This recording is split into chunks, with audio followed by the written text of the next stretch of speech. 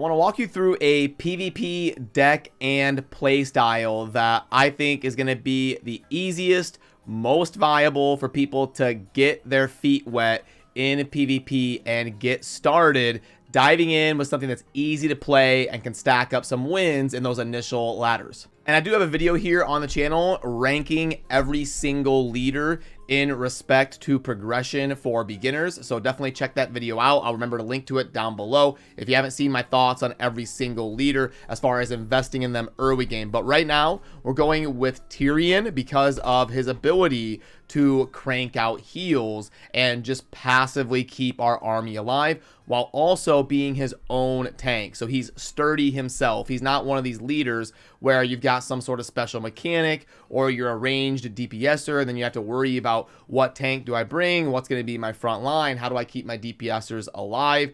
You don't have to worry about any of that. Tyrion Ford Ring is going to be his own tank, his own healer, and he's going to be a sturdy front line for you to build around however you want.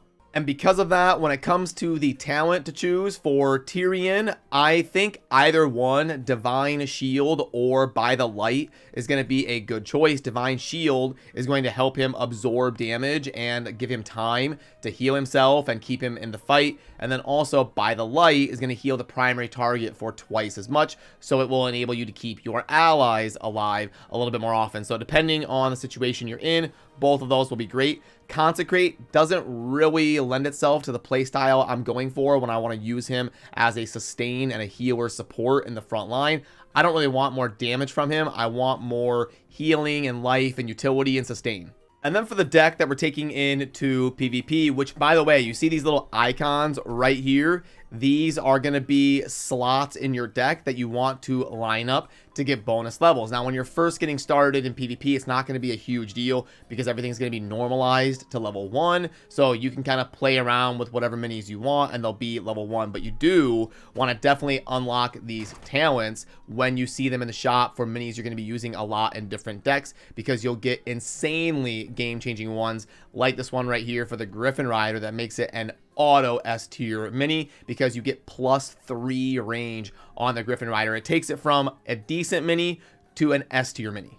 And right now you can see I've got all 7 of these lit up, and I'm getting a bonus for the leader, the alliance, the tank, the ranged, the unbound, and also the siege damage. And you're going to get those bonuses by doing your dungeon runs and entering the dungeon with that leader. And then when you complete full clear the dungeon, you'll get an option to upgrade those slots within your deck. But yeah, the overall plan is that I have a few different options I can go with depending on what my opponent is doing. In PvP, you definitely want to be controlling the middle lane and controlling the mining nodes on the map. You want to have a better economy than your opponent, which you can obviously use to snowball. When you have more gold than them, you can do more plays than them, and you can eventually conquer the map and take down their main tower. So I'll just go in order here. I've got the Defias Bandits mainly because they have a ridiculously strong talent right here in getting an extra 2 gold when opening chests. So if I win the middle lane, if I control the chests on the map, I can farm up like 12 to 16 gold a game from that bonus here with my Defias Bandits by playing them and scooping up all of these chests and really snowball an economic advantage. The Griffin Rider doesn't really need a huge introduction. This is one of the best general utility minis to get in your deck because it constitutes as so many different things. It's a flying mini that can fire damage from the skies and from range while also being a cycle mini costing only 2 gold. So it really fits into anything. I'm just going to use that to kind of cycle through, control lanes. If they're sending out a miner, I can throw the Griffin out there to speed up there and kill the miner before it's going to generate gold for them, or I can use it to escort my own miner, things like that. Then in the tank slot right here, I've got the Stone Hoof Taran, and what this does is it enables me to kind of charge and take space quickly in the middle of the map to start the round and all that sort of stuff, because the Taran can close the distance with the charge and really take chests and take engagements quickly and kind of initiate for me. It also enables me to go with a double melee style. If I want to go Tyrion plus Stonehoof, that'll give me an 8 gold super beefy front line, and then behind that I can drop something like the Griffin for damage, or the Siege Engine right here, or the Pyromancer. So I've got like 3 different options to kind of fill in around that front line, depending on what my opponent is playing on the map. Then the Quillbore right here, this is going to be what I can drop unbound anywhere on the map to either soak up some splash damage. They have a Pyromancer, I don't want it to kill my Griffin. I can drop the Quillbore to soak up the damage while my Stone Hoof charges in and kills the Pyromancer, things like that. Or if they're sending out a miner, I can drop my Quillbore to kill their miner and stop my opponent from snowballing economically. And then it's a little bit niche, but the Meat Wagon here, once you get the talent that increases the bombard range by 2, you can really kind of sit back and fire some damage, especially if I'm in a fight where my opponent is not dropping any air units. I can do something like double front line with Tyrion and Stonehoof. I've got heals, I've got charging and engagement, and then I can drop this Meat Wagon to just shell some AoE bombard damage from the distance. And that would be a very, very potent push if they don't have anything from the skies. If they do have units from the skies, then I can do something like building around the Pyromancer and the Griffin to give me things that can hit air units. So that's the overall concept when it comes to constructing the deck around a certain play style in mind that has some general utility to do decent in those early games on ladder. Now let's take it into action.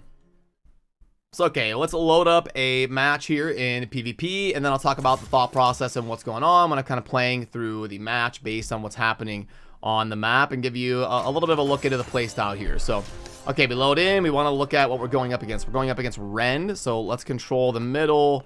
Let's push. They're gonna have some air, so I'm gonna drop a Pyromancer. They're pushing down this side here, which means I can't prevent that really. That's okay, they're just gonna have to win that. That's bad luck on the RNG there, but I got this, so we're sitting okay. I'm probably gonna use this to soak up damage, drop a Griffin to take them down, and now I can drop to prevent that. And then I'm gonna go ahead and try to mine up there. Drop my miner down here. Hopefully this will have 2 or 3 in it. They've committed kind of hard here, but only on the ground. So what I'm gonna do is get a Siege Engine out, and then also I don't want to do a Griffin. I'm gonna go double there. I gotta save my Quillbore to be able to take their miner down. I actually ended up winning that, so that'll work. There we go. Are we able to take down Rend? That was big. We got that, which means I can drop a Griffin to attack from the skies where it can't hit me. They're trying to mine here, so I'm going to prevent that. We're applying a little bit of pressure. We're sieging that down. We're claiming chests. I'm going to start a push here on that left side, just in case my Meat Wagon doesn't take that down, because they've got a lot of damage coming in, so it'll be close. Now we can do this. I'm gonna go. I'm not gonna double lane that. I'm gonna maintain control here in the center.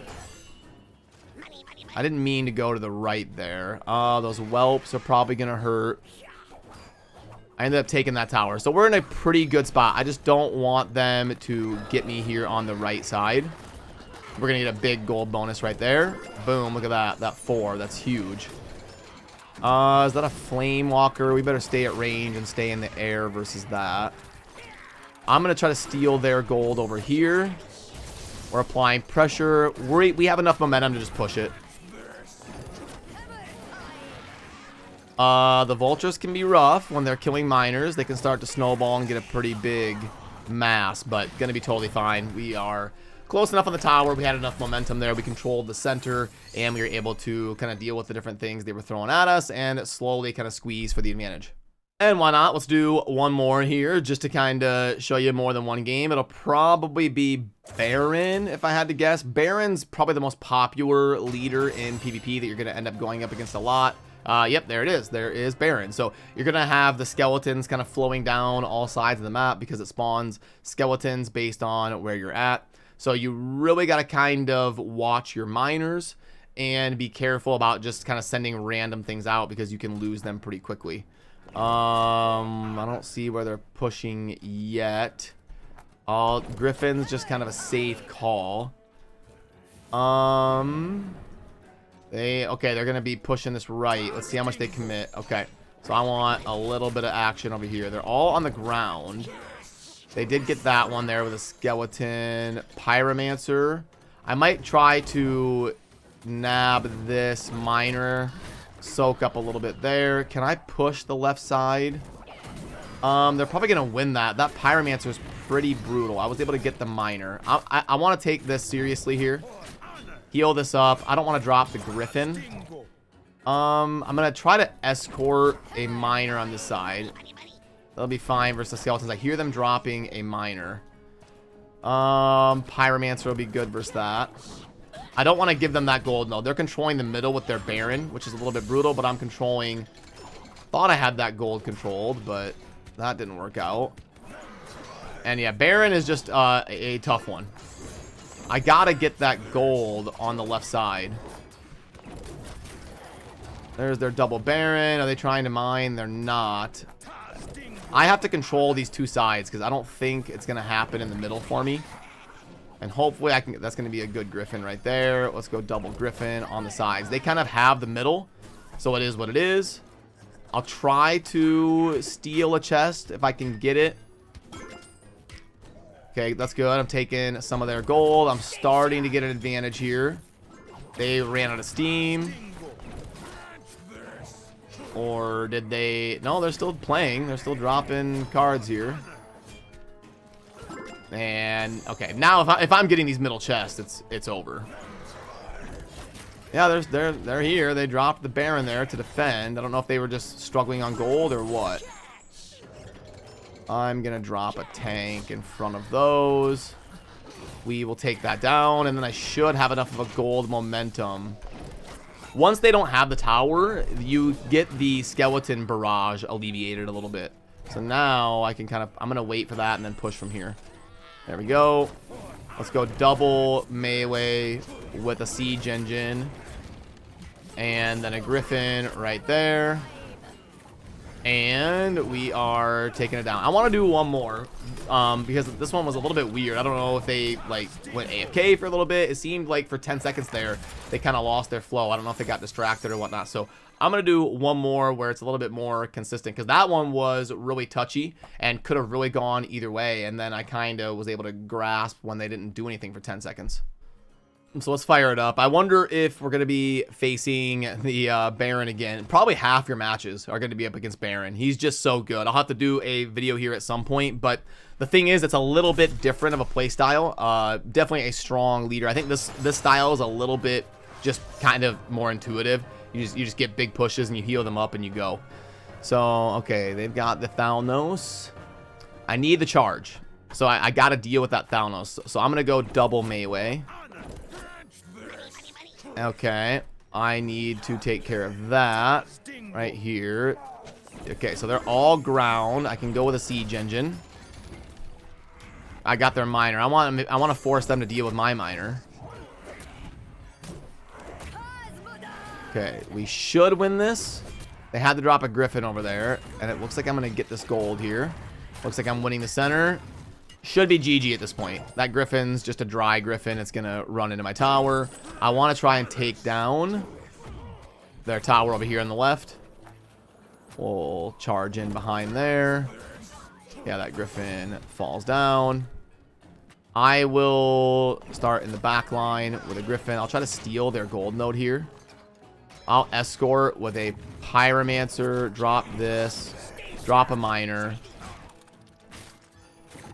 See that you do want to deal with those Thalnos because they can start scaling with spells. But we're gonna get a big gold burst there, so I'll drop something that can catch up.